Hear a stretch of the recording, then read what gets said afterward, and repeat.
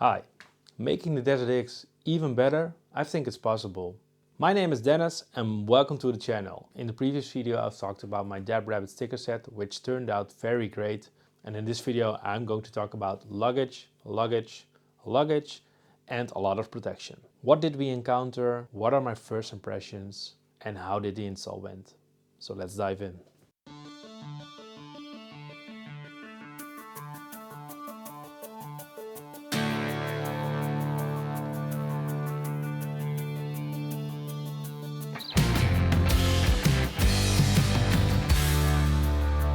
This is part 2 of the video series. In the previous video I've talked about my Dab Rabbit sticker set. In the video before that I've talked about my first impressions, and this is about installing Hepco Becker parts on my Desert X.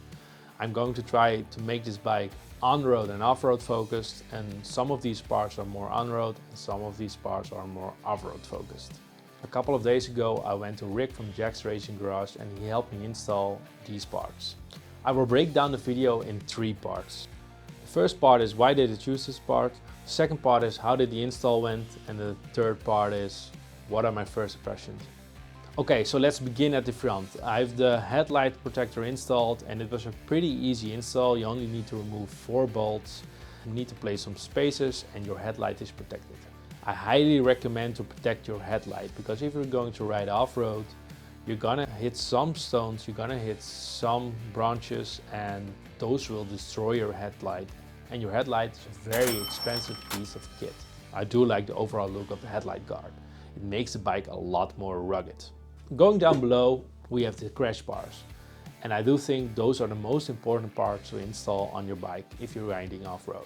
So the first thing you're going to hit when you crash the bike is the tank, which is made of aluminum, and the handlebar.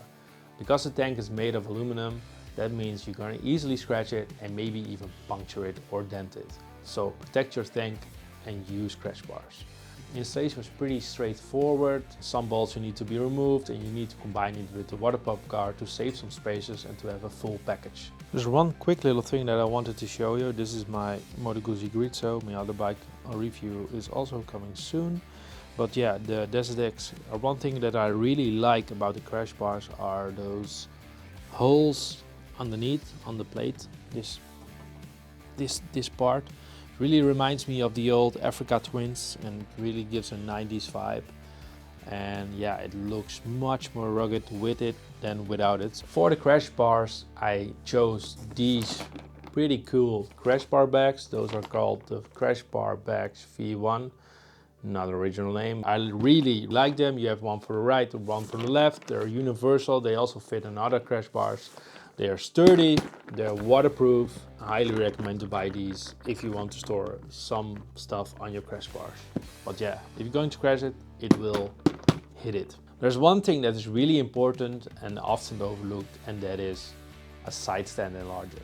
Highly recommend to buy it. Highly recommend to install it with Loctite and forget about it. It saves your bike from dropping in soft sand or mud or anything like that, and yeah, it's a lifesaver. Going to the rear, we have the C-bow carrying system. I've combined it with the Xcore Cases, more on that in a later video. Really like them. They're low profile, they're easy to install, easy to remove, and I've combined it together with the Minirack so that it saves some spacers. Fit and finish, pretty good. Paint job is pretty good. And yeah, you have a lot of options regarding bags. So I've chosen the Xcore bags, but you can choose soft bags, hard bags, old school bags, everything in between. You can also use it on other bikes, so you can switch them out if you have multiple bikes with the same rack. I'm going to talk about the Xcore bags later in this video. Going up, we have the Minirack. I've combined it with the C-bow bags. I've also combined it with a Luggage system, so you can place your Royster bag really easy on top of it, and you can easily remove it, just like a tank bag system, only at the rear. So no straps, no thinking about it. Pretty cool, and it makes the bike a lot more functional, I think, so highly recommend it. Fit and finish is pretty good, and also the way to install it, yeah, it speaks for itself, no problem at all. Okay, so talking about the Xcore bags, I have chosen the silver ones instead of the black ones, but maybe choosing the black version is better, I don't know, but yeah, in hindsight, but I do like them. It's an X, so yeah, I like X's. We have a Desert X, we have an X-Bed, we have Xcore bags, X-Travel, a lot of X's, so yeah, I think it's a thing. Really like them. easy to use.